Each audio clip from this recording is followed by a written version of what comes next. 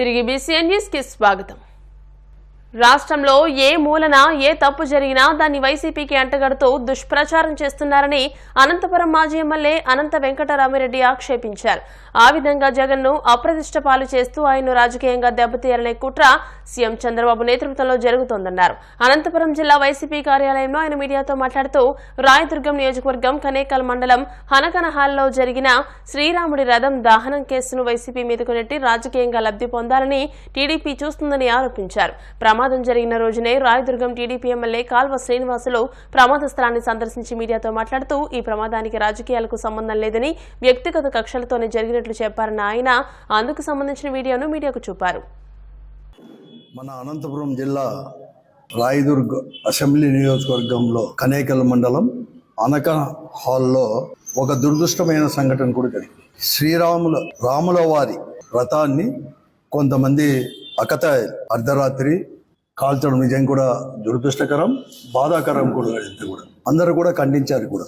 మరీ ముఖ్యంగా ఈ రాష్ట్రంలో కొంతమంది కొన్ని పార్టీల స్వార్థ రాజకీయాల కోసం తిరుమలను ఎలా అయితే అడ్డం పెట్టుకున్నారో అటువంటి సమయంలోనే ఇది జరగడం నిజంగా కూడా ఇంకా కూడా బాధాకరం కూడా. అక్కడ ఉండే గ్రామస్తులు కావచ్చు, చుట్టుపక్కల గ్రామాల వారు కూడా ఎవరు గాని కొంతమంది ఒక గ్రూప్ కక్షల వల్ల అనకలాల గ్రామంలో రాజకీయ పార్టీలుగా విడిపోయే దానికంటే కూడా ఒక 2-3 గ్రూపులుగా కూడా విడిపోయేది. ఇది ఈ రోజే కాదు, మొదటి నుంచి కూడా వస్తున్న, ఇప్పుడు చాలా సంవత్సరాల నుంచి కూడా వస్తున్నటివి ఇవన్నీ కూడా. ఆ గ్రామంలో కూడా అనేకమైన సంఘటనలు కూడా గతంలో కూడా జరిగి ఉండేవి. గ్రూపుల ప్రకారమే పార్టీల రకంగా కూడా ఒకే పార్టీలో ఉన్నా కూడా జరిగిన సంఘటన చాలా కోకొల్లలు కూడా.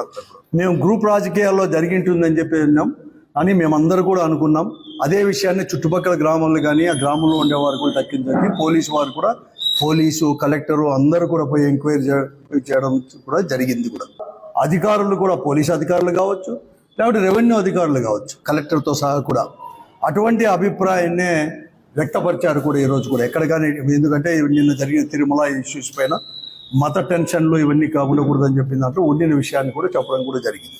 స్థానిక శాసనసభ్యులు కూడా, అంటే రాయదుర్గం శాసనసభ్యులు కూడా, స్థానిక శాసనసభ్యులు కూడా ఆ గ్రామాన్ని సందర్శించి అందరితో కూడా అన్నీ కూడా మాట్లాడి బహిరంగంగానే పత్రికా ప్రకటన కూడా చేయడం కూడా జరిగింది నిన్ననే. కానీ నిన్న రాత్రి విజయవాడలో చంద్రబాబు నాయుడు గారు ప్రత్యేకంగా దీనిపైన శ్రద్ధ తీసుకొని ఇక్కడ పోలీస్ అధికారులతో వాళ్ళకు కూడా నేను చెప్పాను, దీన్ని వెంటనే కూడా ఇదంతా కూడా ఏదో అనుమానంగా ఉంది, బాగా తీసుకోండి అని చెప్పినానని కూడా చెప్పడం జరిగింది.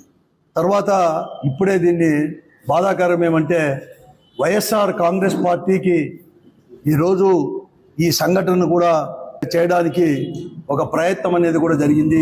ఎస్పీ గారే స్వయంగా కూడా ఈశ్వరుడు, ఎందుకంటే నిన్నే ఒక 8-9 మందిని, దాదాపుగా 10 మంది వరకు కూడా అదుపులోకి తీసుకోవడం జరిగింది. దీనిలో అన్ని పార్టీల వారు కూడా, ముఖ్యంగా వైఎస్ఆర్ కాంగ్రెస్ పార్టీ, అలాగే న్యూట్రల్స్, తెలుగుదేశం పార్టీ వారిని కూడా తీసుకోవడం కూడా జరిగింది దీంట్లో అంతా. కానీ ఈరోజు ఎస్పీ గారు ఒక పత్రికా ప్రకటన చేస్తూ ఇంకా కూడా విచారించేది ఉంది, ఇంకా దోషులను కూడా పట్టుకుంటున్నామని చెబుతూనే ఈశ్వరెడ్డి అనే వ్యక్తిని కూడా తీసుకొని ఈరోజు అరెస్ట్ అనేది కూడా చూపిస్తూ ఒక మిస్చీఫ్గా ఎస్పీ స్థాయిలో ఉండేది ఇతను వైఎస్ఆర్ కాంగ్రెస్ పార్టీ కార్యకర్తనో నాయకుడో అని కూడా చెప్పడం కూడా జరిగింది. చాలా కూడా బాధాకరం.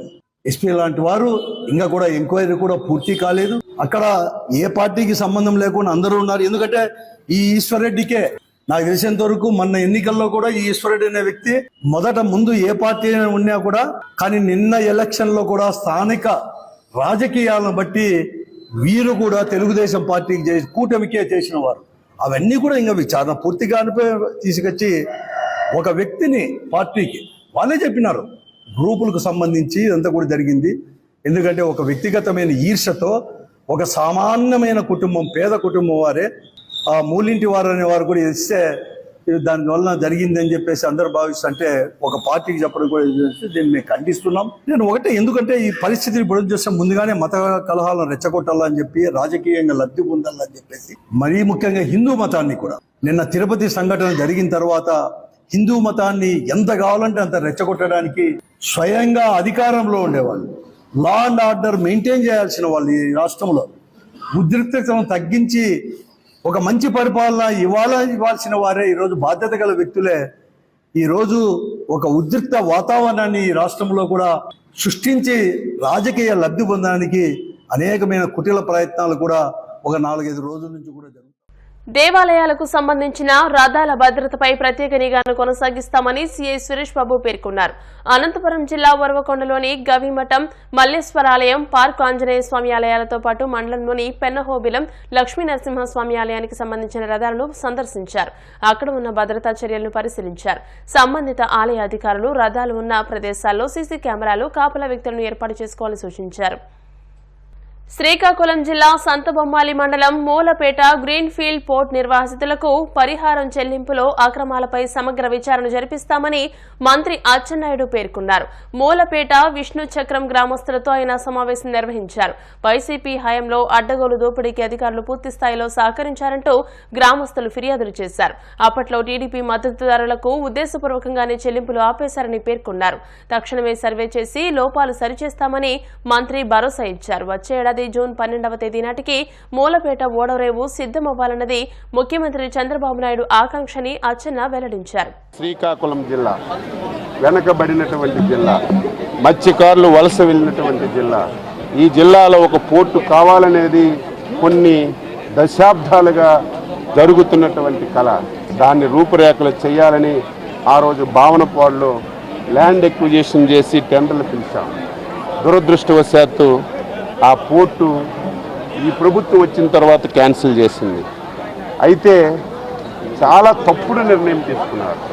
పోర్టులు అనేవి ప్రైవేట్ ఆర్గనైజేషన్లో చేయాలి, ప్రభుత్వం ఎక్కడా చేయదు. కానీ రివర్స్ చేసి దాన్ని ప్లేస్ మార్చి ఇది ప్రభుత్వమే చేయాలని చెప్పి నిర్ణయం చేశారు. దానికి చివరి నిమిషంలో ప్రారంభించి బ్యాంకులతో టైఅప్ అయి కార్యక్రమం ప్రారంభించారు. ఈ రోజు నుంచి సర్వే చేస్తున్నాం. సర్వే అయితే మళ్ళీ పనులు ప్రారంభించి జూన్ 12ని ఈ ప్రభుత్వం ప్రమాణ స్వీకారం చేసింది. 2024 2025 జూన్ 12వ తారీఖుకి ఒక షిప్పు మూలపేట పోర్టులో ల్యాండ్ అవ్వాలనేది మన ముఖ్యమంత్రి చంద్రబాబు నాయుడు గారి యొక్క ఆదేశం. దానికి అనుగుణంగా జిల్లా యంత్రాంగం మేము పనిచేస్తాం. అన్నింటికంటే టూరిజం డెవలప్ బాగా చేసుకోవచ్చు అనే ఒక ప్రణాళికాబద్ధంగా ముందుకెళ్తున్నాం. మేమందరము కృషి చేసి ఈ రోడ్డుని పూర్తి చేసి ఈ ప్రాంత అభివృద్ధికి కృషి చేస్తాం. నేను మత్స్యశాఖ మంత్రిని.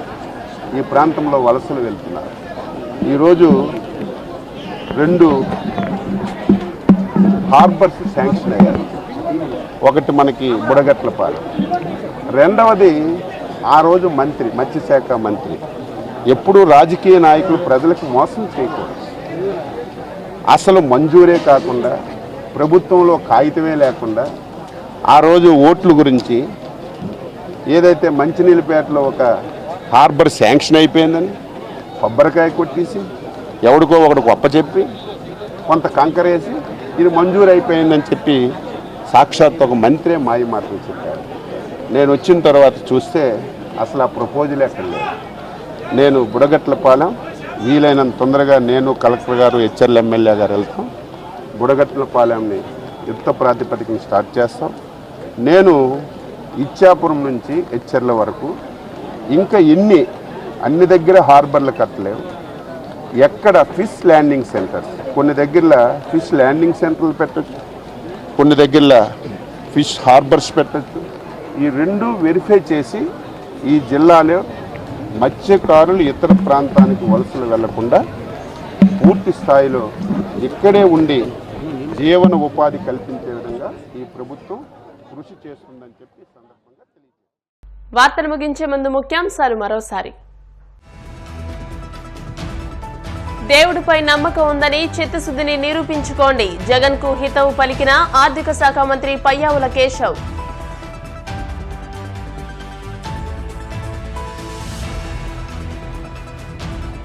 విశాఖ సింహాచలం లక్ష్మీ నృసింహస్వామిని దర్శించుకున్న మంత్రి నారా లోకేష్. పూర్ణ కుంభంతో స్వాగతం పలికిన అధికారులు.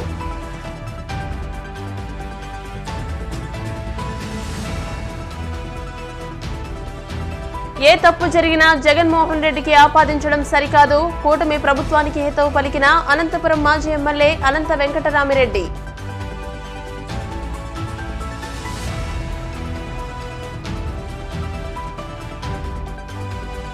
గ్రీన్ ఫీల్డ్ పోర్ట్ నిర్వాసితులకు న్యాయం చేస్తామన్న మంత్రి అచ్చెన్నాయుడు. పరిహారం చెల్లింపులో అక్రమాలపై సమగ్ర విచారణ జరిపిస్తామని స్పష్టం. ఈ వార్తలు ఇంతటితో సమాప్తం. మరిన్ని వార్తల కోసం BCN digital YouTube channel, Facebook page ని ఫాలో అవ్వండి. అప్డేటెడ్ వార్తల కోసం ప్లీజ్ సబ్స్క్రైబ్.